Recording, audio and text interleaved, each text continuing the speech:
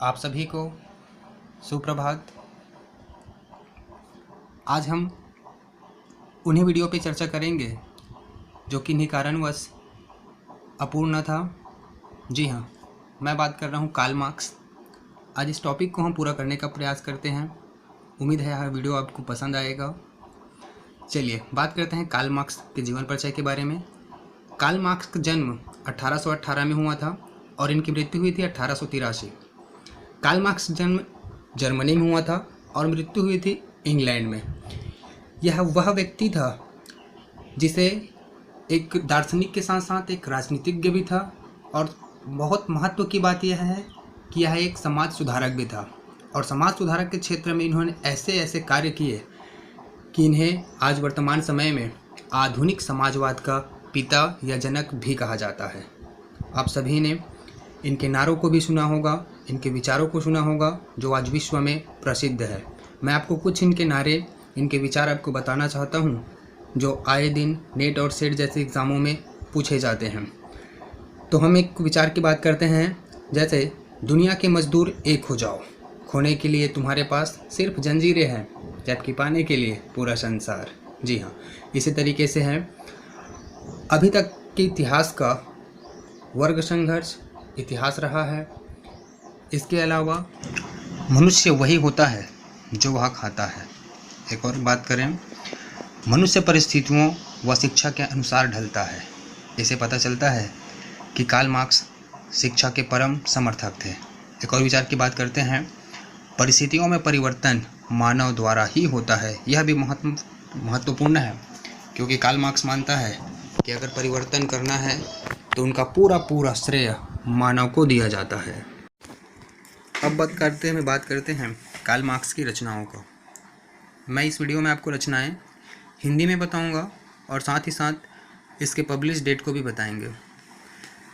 पहली रचना है पवित्र परिवार 1844। दूसरी रचना है दरिद्रता का दर्शन 1847। इसके अलावा है साम्यवादी घोषणा पत्र 1848। राजनीतिक अर्थव्यवस्था की विवेचना 1859। नेक्स्ट है मूल्य, कीमत और लाभ, ये लिखा गया था 1865। इसके अलावा है पूंजी प्रथम खंड, ये लिखा गया था 1877। और एक है फ्रांस में वर्ग संघर्ष। जी हाँ, ये बहुत ही महत्वपूर्ण है। फ्रांस में वर्ग संघर्ष, ये लिखा गया था 1870। इसके अलावा अंतिम है गोथा प्रोग्राम शांति तथा प्रतिक्रांति। गोथा प्रोग्राम शांति तथा प्रतिक्रांति। अब हम मार्क्स की रचनाओं को ट्रिक के माध्यम से समझने का प्रयास करते हैं। जी हाँ, एक व्यक्ति है, मान के चलिएगा एक व्यक्ति है जिसका जन्म हुआ था 1818 और व्यक्ति का नाम था कार्ल मार्क्स, जिनकी मृत्यु हुई थी 1883। प्रारंभ से ही मार्क्स और वेस्टफैलन की पुत्री जेनी एक दूसरे के प्रति आकर्षित थे और 1843 ईस्वी में 25 वर्ष की आयु में मार्क्स ने जेनी से विवाह कर लिया और दोनों पेरिस चले गए। 43 में विवाह के पश्चात इनकी पहली रचना प्रकाशित हुई, जिसका नाम था पवित्र परिवार। जी हाँ, विवाह के बाद इनका परिवार बहुत हंसी खुशी से चल रहा था, जिससे इन्होंने अपनी रचना के माध्यम से व्यक्त किया, और रचना का नाम था पवित्र परिवार 1844। घर परिवार अच्छे से चल रहा था। एक वर्ष पश्चात इनकी आर्थिक स्थिति खराब होने लगी और इन्होंने अपनी दूसरी रचना लिखी, जिसका नाम था दरिद्रता का दर्शन। ये पब्लिश हुआ 1847। अब मार्क्स ने सोचा कि दरिद्रता को दूर कैसे किया जाए, गरीबी को दूर कैसे किया जाए, तो इन्होंने घोषणा किया और यही घोषणा इनकी रचना बन जाता है, और रचना का नाम है साम्यवादी घोषणा पत्र 1848। अब घोषणा करने के पश्चात इन्होंने सोचा कि काम धंधे करने होंगे, अर्थव्यवस्था को मजबूत करना होगा, तो इन्होंने राजनीति में अपना कदम बढ़ाया। जैसे राजनीति में कदम बढ़ाया, इन्होंने अगली रचना लिखी। रचना का नाम था राजनीतिक अर्थव्यवस्था की विवेचना 1859 1859। इसके बाद बहुत पैसा कमाया, बहुत तरक्की किया, और तरक्की करने के पश्चात महज 6 सालों बाद इन्होंने एक रचना लिखी, जिसका नाम था मूल्य, कीमत और लाभ। ये लिखा था 1865 में। अब सब जानते हैं कि जब किसी के पास बहुत पैसा आ जाता है तो वो संघर्ष करने लगता है, और मार्क्स के साथ भी यही हुआ। फ्रांस में वर्ग संघर्ष 1870 में हुआ। इसके पश्चात मार्क्स ने सोचा कि संघर्ष को दूर कैसे किया जाना है, परिवार में अच्छे से कैसे रहना है, तो उन्होंने एक रचना लिखी जिसका नाम था गोथा प्रोग्राम, शांति तथा प्रतिक्रांति। तो हम इसे मान सकते हैं कि वह शांति से रहने के लिए एक प्रोग्राम करता है। अब हम बात करते हैं कार्ल मार्क्स के प्रमुख सिद्धांत, जिसे विचार भी कहा जाता है, जो आज विश्व में बहुत प्रसिद्ध है। सिद्धांत बताने से पहले मैं ये भी बता दूं कि कार्ल मार्क्स ने लगभग 8 सिद्धांत दिए हैं, लेकिन उपयोगिता की दृष्टि से हम इनके 4 ही सिद्धांत का अध्ययन करते हैं, जो हमारे अध्ययन अध्यापन की दृष्टि से महत्वपूर्ण है। तो सिद्धांत की बातें कर लेते हैं। पहली सिद्धांत का नाम है द्वंद्वात्मक भौतिकवाद। दूसरा है इतिहास की आर्थिक व्याख्या या आर्थिक नियतिवाद। तीसरा है वर्ग संघर्ष, और चौथा है अतिरिक्त मूल्य का सिद्धांत। अब हम जल्दी से इनके एक एक सिद्धांतों का व्याख्या कर लेते हैं। पहली सिद्धांत है द्वंद्वात्मक भौतिकवाद, जिसे अंग्रेजी में कहा जाता है डायलेक्ट्रिकल मटेरियलिज्म। यह सिद्धांत मुख्यतः 3 बातों पर आधारित है। जी हाँ, 3 बातों पर आधारित है: वाद, प्रतिवाद और संवाद। ये वही वाद, प्रतिवाद और संवाद है जिसे उन्होंने हिगल से लिया था। वाद अर्थात थीसिस, प्रतिवाद अर्थात एंटीथीसिस एवं संवाद अर्थात साइंथिसिस। इस सिद्धांत में मार्क्स ने बताने का प्रयास किया कि समाज का विकास सीधे रास्तों से नहीं होता। इस सिद्धांत में मार्क्स ने बताया कि वाद समाज की एक साधारण स्थिति है जिसमें कोई अंतर विरोध नहीं पाया जाता। थोड़े समय बाद वाद से असंतुष्ट होकर उसकी प्रतिक्रिया के स्वरूप प्रतिवाद उत्पन्न हो जाता है। यह निषेधात्मक स्थिति वाद की अपेक्षा अधिक प्रगतिशील मानी जाती है। प्रतिवाद में अंतर विरोध निरंतर चलते रहता है, अर्थात प्रतिवाद का भी प्रतिवाद उत्पन्न हो जाता है, और 2 प्रतिवादों के संयोग से उत्पन्न होता है संवाद अर्थात सिंथेसिस। इस प्रकार वाद, प्रतिवाद और संवाद की प्रक्रिया निरंतर चलती रहती है। इसमें उन्होंने ये भी बताने का प्रयास किया कि द्वंद्वात्मक प्रक्रिया समाज और देश के विकास के लिए आवश्यक होता है, जो निरंतर चलते रहता है। अब बात करते हैं दूसरा सिद्धांत, इतिहास की आर्थिक व्याख्या या आर्थिक नियतिवाद। अपने विचार क्रम को स्पष्ट करते हुए मार्क्स यह कहता है कि उत्पत्ति के सिद्धांत का निरंतर विकास होता रहा है। वे गतिमान है, परिवर्तनशील है, और उसकी परिवर्तनशीलता का यह परिणाम होता है कि हमारे जीवन यापन के ढंग में परिवर्तन हो जाता है। मार्क्स ने अपनी इस आर्थिक व्याख्या के आधार पर अब तक और भावी मानवीय इतिहास की कुल 6 अवस्थाएं बताई है।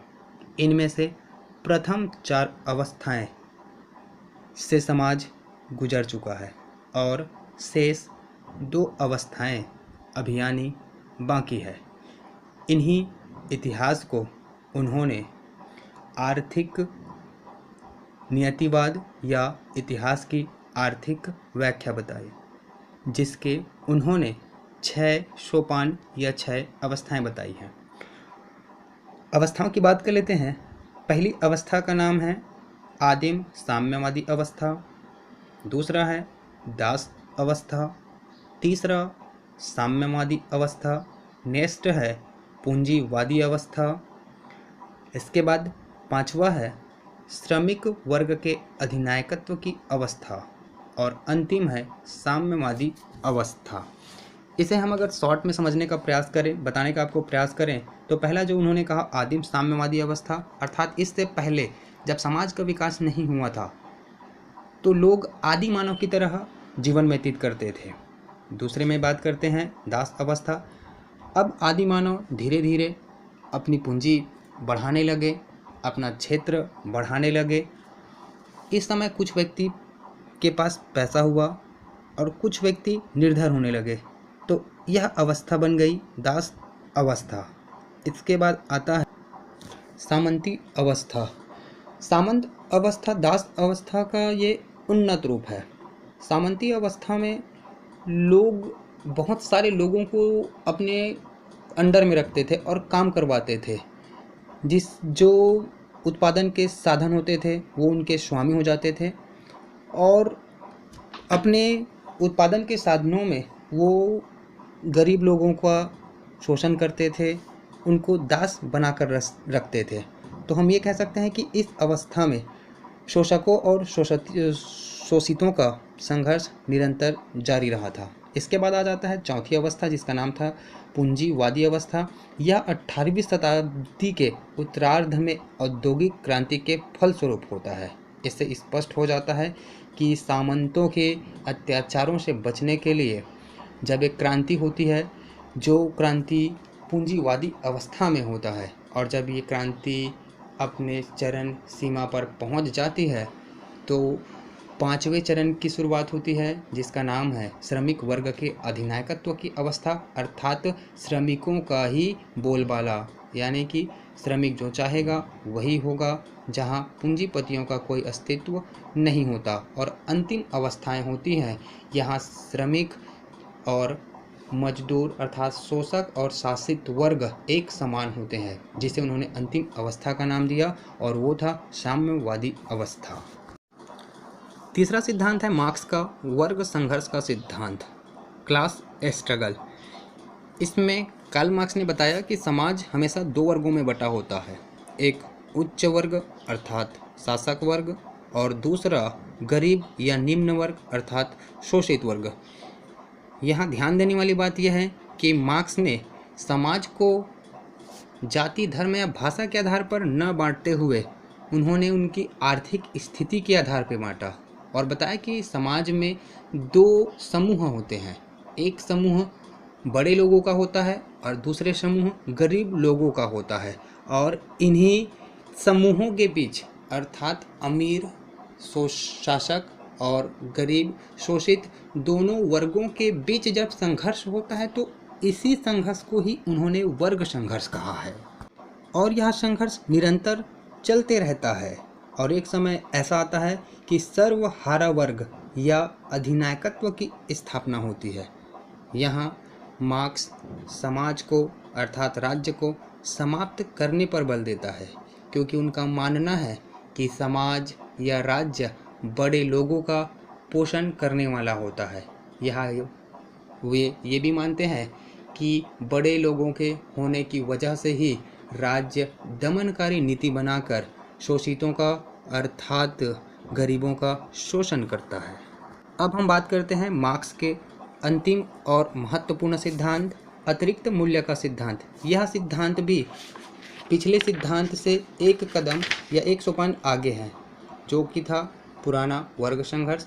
इसके बाद आ जाता है आपका अतिरिक्त मूल्य का सिद्धांत। नाम से पता चलता है अतिरिक्त मूल्य का सिद्धांत, अर्थात इसमें किसी वस्तु का मूल्य निर्धारित करने के लिए जिस तरीके से पूंजीपति लोग अपनी थ्योरी लगाते हैं और कम मूल्य में उत्पादित वस्तुओं को अधिक मूल्य में बेचने का प्रयास करते हैं, इस सिद्धांत की संपूर्ण व्याख्या मार्क्स ने दास कैपिटल में किया है। जी हाँ, दास कैपिटल।